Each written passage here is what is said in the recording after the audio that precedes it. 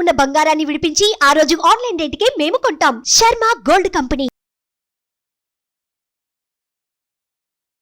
నమస్తే, welcome to Suman TV. నేను మీ యామిని. ప్రస్తుతం మనతో ఉన్నారు ప్రముఖ ఆధ్యాత్మికవేత్త, ప్రముఖ జ్యోతిష వాస్తు పండితులు మనతో సూర్యనారాయణ శర్మ గారు ఉన్నారు. వారితో మాట్లాడదాం. నమస్కారం గురుగారు. నమస్కారం అమ్మా, శుభం యాదు. గురుగారు, ఈ నెల సింహరాశి వారికి అండి ఏ విధంగా ఉంటుంది? ఈ రాశి వారికి ఎలాంటి పరిహారం చేస్తే మంచిది? అసలు సింహరాశి వారికి ఫిబ్రవరి 1వ తారీఖు నుండి 15వ తారీఖు వరకు తీసుకుంటే వాళ్ళకి ద్వితీయ స్థానంలో కేతు యొక్క ప్రభావం కనిపిస్తుంది. అలాగే పంచమంలో తీసుకునేసరికి కుజుడు ప్లస్ శుక్రుడు యొక్క ప్రభావం కనిపిస్తుంది. అలాగే షష్ఠ స్థానంలో బుధాదిత్య యోగం కనబడుతుంది. అలాగే సప్తమంలో శనీశ్వరుడి ప్రభావం, అష్టంలో రాహు, భాగ్యంలో బృహస్పతి. అంటే వాళ్ళకి ఎలా ఉందంటే 15 రోజుల్లోనే కష్టాలు ఉంటాయి, కానీ గురుడు అనుగ్రహం ఉంది కాబట్టి వాటిని అధిగమించి ఒక యోగంలో మనకు కూర్చోబెట్టే అవకాశాలు కనబడుతుంది చెప్తామంటారు. అలానే ఇప్పుడు వ్యాపారస్తులకండి ఈ నెలలో ఏ విధంగా ఉంటుంది? ఒకవేళ పెట్టుబడి పెట్టినా ఏదైనా వ్యాపారంలో వాళ్ళకి వ్యాపారానికి అనుకూలంగా ఉందమ్మా. కొత్త వ్యాపారాలను ఆరంభించవచ్చు, మధ్యవర్తిత్వం వహించవచ్చు, కొత్త అగ్రిమెంట్స్ చేసుకోవచ్చు.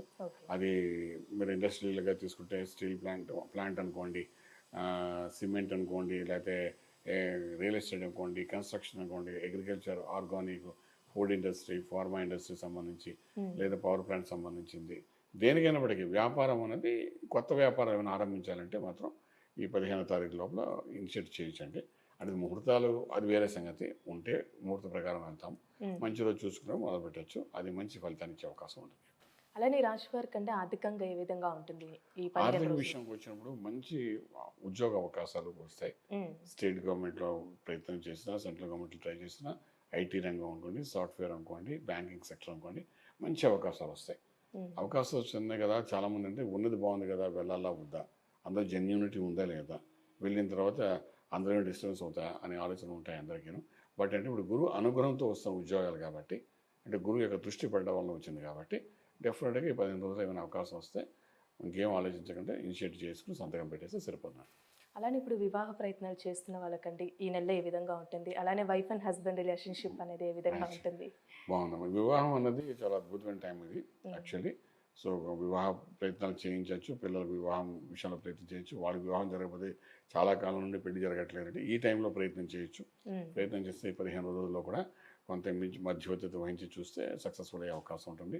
అలాగే మీరు అన్నట్టుగా పిల్లలు విషయం దగ్గరకు వచ్చినప్పుడు కూడాను డెఫినెట్గా పిల్లల యొక్క స్థానంలో కూడా గురువు అనుగ్రహం ఉంది కాబట్టి వాళ్ళకు మంచి ప్రోగ్రెస్, అంటే కొన్ని ఐడియాలజికల్ థింకింగ్స్ మనకు తెలియవు, కానీ ఏంటంటే ఈ సమయంలో చేస్తే కొత్త చదువు, ఎడ్యుకేషన్, కొత్త రకరకాల ఎడ్యుకేషన్స్ అన్ని మొదలయ్యాయి.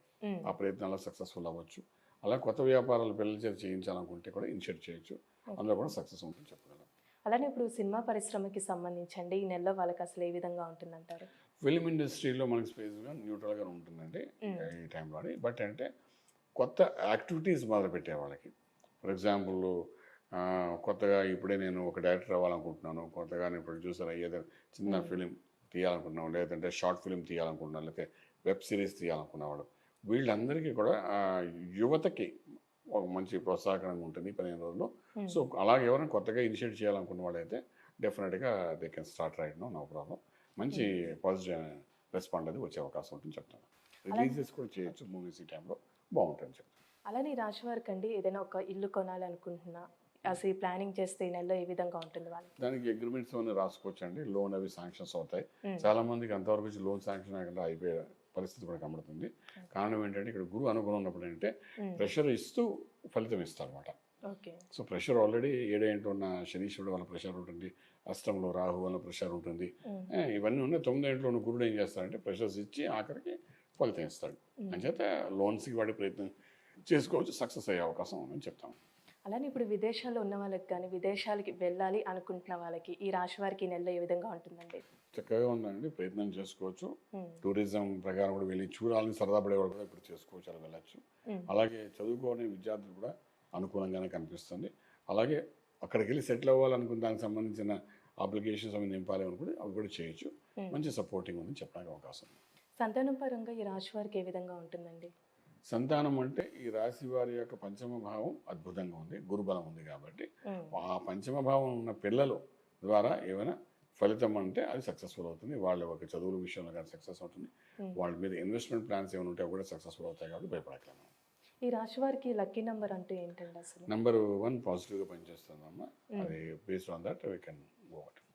ఈ రాశి వారికి అసలు ఆరోగ్యం పరంగా ఈ నెల అసలు ఏ మనం విధంగా ఉంది? ఆరోగ్యం దగ్గరికి వచ్చినప్పుడు అంటే ఇక్కడ ఏంటంటే సప్తమంలో ఉన్న శనీశ్వరుడు, అష్టంలో రాహు యొక్క ప్రభావం బాగా కనబడుతుంది.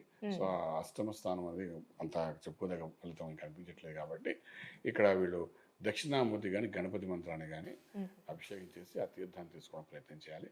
చేస్తే కొంచెం కంఫర్ట్గా ఉంటుంది, హెల్త్ ఇష్యూస్ ఏమి రాకుండాను. అదర్వైజ్ 6 ఇంట్లో Ravi burning issue, gastric issue తెస్తాడు. అష్టంలో ఉన్న రాహు ఏంటంటే దానికి ఏదో లేని భయాన్ని సృష్టిస్తుంటాడు. అంటే అక్కడ సమస్య పెద్దది ఉండదు, కానీ భయాందోళనతో డబ్బులు ఖర్చు పెట్టించడానికి ప్రయత్నం చేస్తారు. సో ఇవన్నీ ముందుగా ఎందుకు చెప్తుందంటే దీనికంటే మంచిది అంటే మనం గణపతికి అభిషేకం చేసి తీర్థం తీసుకోవడం కానీ, అది శివునికి అభిషేకం చేసి తీర్థం తీసుకోవడం కానీ, ఇంట్లోనే చక్కగా చిన్న స్పటిగా లింగం పెట్టుకుని అభిషేకం చేసి తీసుకోవడం అన్నమాట. ఇట్లా చిన్న చిన్న చేసుకుంటే పరిహారం చేసుకుంటే. ఈ ఆరోగ్య విషయంలో దోహం లేకుండా ఉంటుంది. చాలా చక్కగా తెలియజేశారు గురుగారు. ధన్యవాదాలండి. శివం వ్యాధి.